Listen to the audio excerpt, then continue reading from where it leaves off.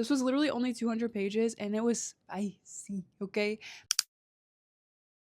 Let's talk about every single book that I read in April. April was such a good month, you guys. I went to LA for the first time, which was really fun. I got to go to the Ripped Bodice indie bookstore, which I see all the time on Instagram and like TikTok. And I never thought that I would actually be able to go there because I live in St. Louis. Okay. They only have one in Brooklyn and LA. And I got the chance to go to LA and go, and it was so much fun. It was beautiful in there. I wish I had that bookstore here so that way I could go there all the time. But anyways, April was a good month. I read a lot during traveling. I actually got back into the routine of reading every single day, and I feel like it really got me out of the book slump that I was in. We're going to go through and talk about all the books that I read. In April, I read 7 books. 3 of those were fantasy, 1 was romance, 2 were dark romance, which we'll talk about. And then 1 was dystopian, but it was kind of like dystopian fantasy. And then 2 of those were a 5-star read, which I'm so excited to talk about. So let's just go through. We'll start from the beginning and just kind of go in the order that I finished them. I have 4 here physically that I read, and then I read 3 on my Kindle, which has been a goal of mine. I think starting in April, it was my goal to actually read more on Kindle, and I decided to kind of have a like nighttime book that I read before bed, that I read like just on like my iPad on Kindle, because I've paid for Kindle Unlimited for so long, but I never actually read books on Kindle. I mainly just go on the Kindle app to like look at books and find new books, but I never actually read them on there unless it's a book that I have physically that's also on Kindle Unlimited. So I was making it my goal to actually like use my subscription since I pay for it. So I read 3 books on Kindle, which was great. Starting out, the first book was actually my least favorite book of the month. So we'll go ahead and get her out of the way, but that was The Poisoner by Ivy Ophelia. This one makes me really sad because I loved the like setting of this, was just so perfect to me. It was kind of like Victorian Regency setting, but it was very gothic and feminine at the same time. Something about it was so ideal in my brain. I loved the way that everything was described in this. Their outfits, the way that their houses looked, the apothecary that she worked at. Everything was very like gothic but feminine. I don't know. I don't know if that makes sense, but I loved it. I thought the writing was beautiful. I just did not like the plot of this literally at all. The MMC, Silas, I'm sorry. I did not like one single thing that that man did. I didn't like the way he talked. I didn't like the way he acted. I did not like the way that he carried himself, the way he behaved. Oh my gosh, I couldn't do it. And Alina, I liked her. I liked her a lot. But every time she was around Silas, she folded like a lawn chair, and I couldn't do it. I couldn't do it. The ending of this book actually just sealed the deal for me. I was like 1 star after that ending. It just wasn't for me. I'm sorry. And I know a lot of people really like this book, and I love that. Like, I genuinely could see why people would like this. It just was not for me. So I will not be continuing, which is really sad because I think these covers and these spines, the edges are just gorgeous. And the second one, the arachnid, is so pretty, but I will not be reading it. And it also makes me sad because my boyfriend actually bought this for me for Valentine's Day. He picked this out, bought it for me, gave it to me as a gift, and I think that's just absolutely precious. And it makes me really sad that I didn't like it, but this was the first book that I finished. I rated it 1 star. And then the second book that I finished in April was actually a 5 star. So we turned things around pretty quickly, okay? I finished The Scholar and the Last Fairy Door by H.G. Parry. The longer that I go like from finishing this book, the more that I sit with it, the more that I love it. If you read a lot of fantasy books, you know that they can from time to time end up getting a little bit repetitive, having a lot of the same tropes, a lot of the same plot lines, like things like that, magic systems, things that like can seem a little bit repetitive. If you feel that way but you love fantasy, I would highly recommend this because it feels like such a breath of fresh air. It just is a very unique story, and I really, really loved that. It feels in my review, I'll of course put them up on the screen for each book, but in my review, I said that this felt extremely nostalgic and whimsical, but at the same time, from the very first page to the ending, it felt high stakes and like dark academia. It felt both at the same time. It felt cozy and whimsy, but like high stakes and dark. And I just love the way that that was like put together. This we're following the main character. Her name is Clover, and her older brother enrolls to fight in the war. And while he's there, there's this fairy curse that ends up killing a whole bunch of people, and he gets struck by this fairy curse. And so she basically makes it her life goal to study fairies and fairy binding and fairy cursing to try and help save her brother. And while she enrolls into this magical school, that's where she meets Alden, and Alden introduces her to Hero and Eddie. And those four all are trying to study fairy binding and fairy curses, kind of all for like their own reasoning why they are doing this. Um but nonetheless they're doing it together, and we're being told from Clover's POV but from the future of her recounting these events. And you get a lot of times throughout the story where she says something like, we never meant to harm anybody, or we truly thought that we were doing something good, or we really never thought that when we were doing this that something bad was going to happen. So the whole time you were just like on the edge of your seat, like what happened, like what went wrong when they were doing this. So it was good. It was a very bittersweet ending. I love the way that it wrapped up, and I would highly recommend this if you're looking for a unique fantasy story. And the audiobook was great too. I listened to the audio like off and on throughout it, and the audio was really, really good. Then I finished, I will put it up on the screen, but it was This Safe Darkness by Alexis Maragold. This was my first like nighttime Kindle read that I was reading. This is a dystopian, I would say like dystopian fantasy is what I would call it.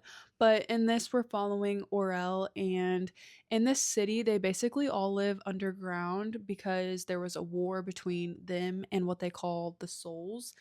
And the souls are the people who were touched by the sun and given these like magical abilities. And they consider them like monsters. So they all live underground, like hiding from the souls. And each year they have what they call the hunt. And the hunt is where they draw names, but only names of women who get sent up above ground to go and be a part of this hunt. And it's basically just them going up above ground, trying to kill as many souls as possible. It's basically like a death sentence. So at the beginning of the story, Orel and her friend Jim try to kind of like escape so that way they're not put at risk for the hunt. And it is a very failed escape. Okay, they don't make it out, and they both end up getting picked for the hunt. So we're following them. We also have two male characters in this as well who also kind of just decide to go up for the hunt, which also made it really interesting because that's not typically a thing that happens. Men don't typically like go and participate in the hunt. So that was a really interesting like little spin that got put on there. And I like this. I thought it was a fun time. I rated this a 3.75 because I felt like 3.5 was too low because I really enjoyed my time with it. I really didn't have any like bad things to say about it. But 4 just felt like maybe a little too high. I don't know. Like it just wasn't anything like super like groundbreaking or life changing. I don't really think about it often, but I enjoyed my time with it and it was really fun. And whenever book 2 comes out, I'll definitely pick it up because it was great. I liked the magic, the found family. There were some emotional moments, the romances. I thought it was great. I really liked it. Then I read my other 5-star of the month, you guys. Lock in real quick. If you like high fantasy or epic fantasy, and you have not read The Rage of Dragons by Evan Winter, I read the second book in April, which is The Fires of Vengeance. It's called The Burning. That's the name of the series. But I finished the second book in April. 5 stars. Okay. I was a little bit worried because at the beginning, it felt a little bit slow at the beginning because the ending of book 1 was actually insane. So I was a little bit worried starting this, but once I got into it, okay, like once everything picked up, I was locked in. Okay. This magic system is the coolest magic system in a fantasy book ever. If you think battle scenes are boring or you don't like reading like the battle war scenes, this series will change your mind because they are so intriguing in this series because of the magic system. They basically have people that are called innovators, and they can like strike you and take your soul into Isiogo, which is basically like the underworld, where your soul gets ripped apart by demons. But you in real life, it doesn't happen to. It just happens to like your mind and your soul. So then when you're sent back to like the battle that's happening in real time, you're like mentally so messed up that you can't even fight in the battle anymore. So it just makes the battle scene so interesting because there's other like forms of magic as well. So I love this. We're following Tao in this story. Something happens to him at the beginning of book 1, and it basically just sends him on this like revenge arc. Okay, he dedicates every single second of his life to training and becoming the strongest possible person that he can be, even though he is considered like a lesser. And by this book, he is considered like the number one like strongest person ever because he dedicates his entire life to like getting revenge. And it kind of also spirals into some more, of course, like once you get into like the fantasy books, there's always more. But the ending of this book, you guys, the cliffhanger, I've never wanted a book 3 so bad in my entire life. And this book, the second one, came out in 2021, and there is no book 3 announced or posted. We don't know if it's in the works. We don't know anything about a book 3, and that makes me very sad. So aside from that, I would still recommend reading The Rays of Dragons and The Fires of Vengeance because it is an instant classic. I love it so much. I would highly, highly, highly recommend. 5 stars. The next two I did read on Kindle, so I will of course put them up on the screen, but I don't know what is in the air recently, but I have been on like wanting to read a dark romance, even though I don't typically have good luck with them. I want to like them so bad, you guys. Like, and then for some reason, they're usually just not for me. I loved Enigma by Runix, but other than that, I typically don't have a good time with them. But I've been like on the hunt, okay, to find a good dark romance. So I picked up Loving the Liar by Lola King. When I tell you guys, I was locked in from the beginning of this book. I was eating it up. I loved this. Okay? I did rate it 3 stars. We will talk about it. But I was eating it up. It's set in like a university campus setting. They have like this app for their school where it's basically like a drama post. There's also a secret society that's called the Circle. I was locked in. When I tell you I was eating this up, my main issue with this was Chris, who is the MMC.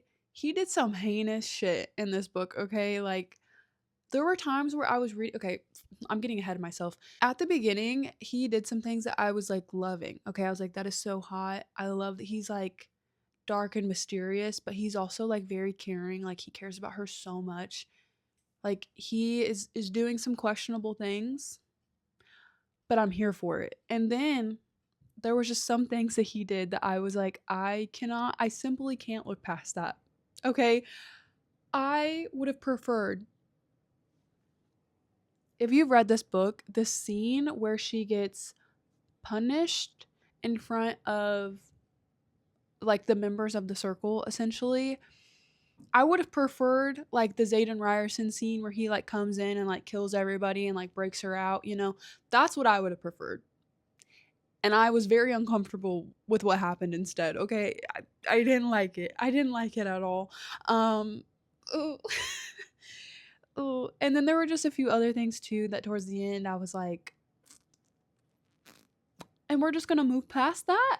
Everything is just gonna we're just gonna look past that. Okay, so I don't know. I rated it 3 stars just because Chris got a little bit questionable.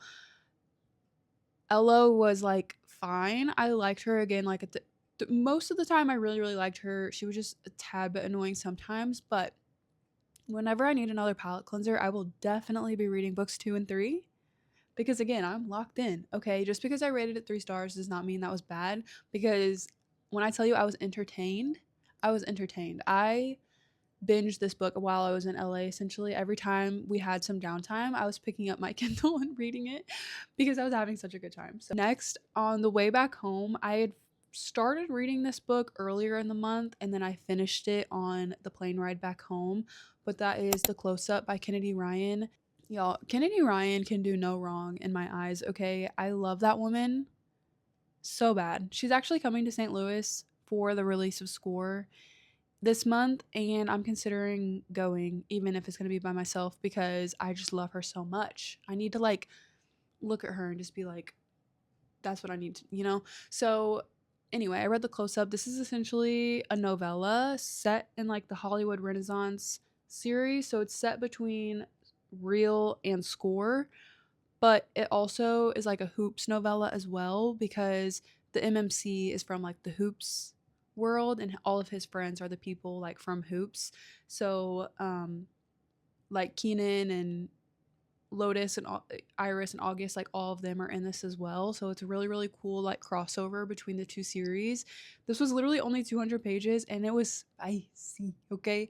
There was a lot of spice in here and it was very quick. It was very fun. We basically get Takira and Naz, and they had a little moment while they were in high school, but then something bad happened and they haven't spoken or seen each other in like 12 years, and now they're running back into each other. They basically go on like a vacation slash cruise situation with like the whole group of friends, and they get to kind of like rekindle the relationship while on like this beautiful vacation. So it was so much fun. I loved it. I loved it. I loved it. I rated it 4 stars. And then lastly, I finally finished Elderitch by Keri Lake, this behemoth of a book, okay? I love this series a lot, okay? I am obsessed with like the creepy, gothic, fantasy, everything about the vibe of this book series. I really, really love. Book 1 is Anathema, of course. But these are just like a tad bit too long for me, especially this one because we really honestly didn't get like too much that happened. We got like a lot into Zavander's backstory, which I really enjoyed. It was very dark, but I enjoyed that aspect of it. But like the present timeline, it kind of felt like not too much was happening for a majority of this book, so it kind of felt like a tad bit dragged out. I did still rate it 4 stars because again, I love this series and I love Zavander. I love Mavis, like the side characters. It's all very interesting. The amount of thought that Keri Lake put into this universe is just so impressive and complex. The like historical, like family lines, the magic systems, the curses, the names, the places, everything. Like she really created an entire universe for this book series and it is really impressive and I do love that. Again, it just feels like a tad bit dragged out, but still 4 stars. I still really love this series and I will be reading book 3 of course when it comes out. So those are the 7 books that I read in April. I am filming this a little bit late, but that's okay. Please let me know what your favorite book that you read in April was or your least favorite. My least favorite was The Poisoner. My favorite was both of my 5 stars, The Fires of Vengeance and The Scholar and the Last Fairy Door. Those books were both chef's kiss and I highly recommend. So let me know what your favorite or least favorite book was that you read in April, and I will see you on my next one. Bye.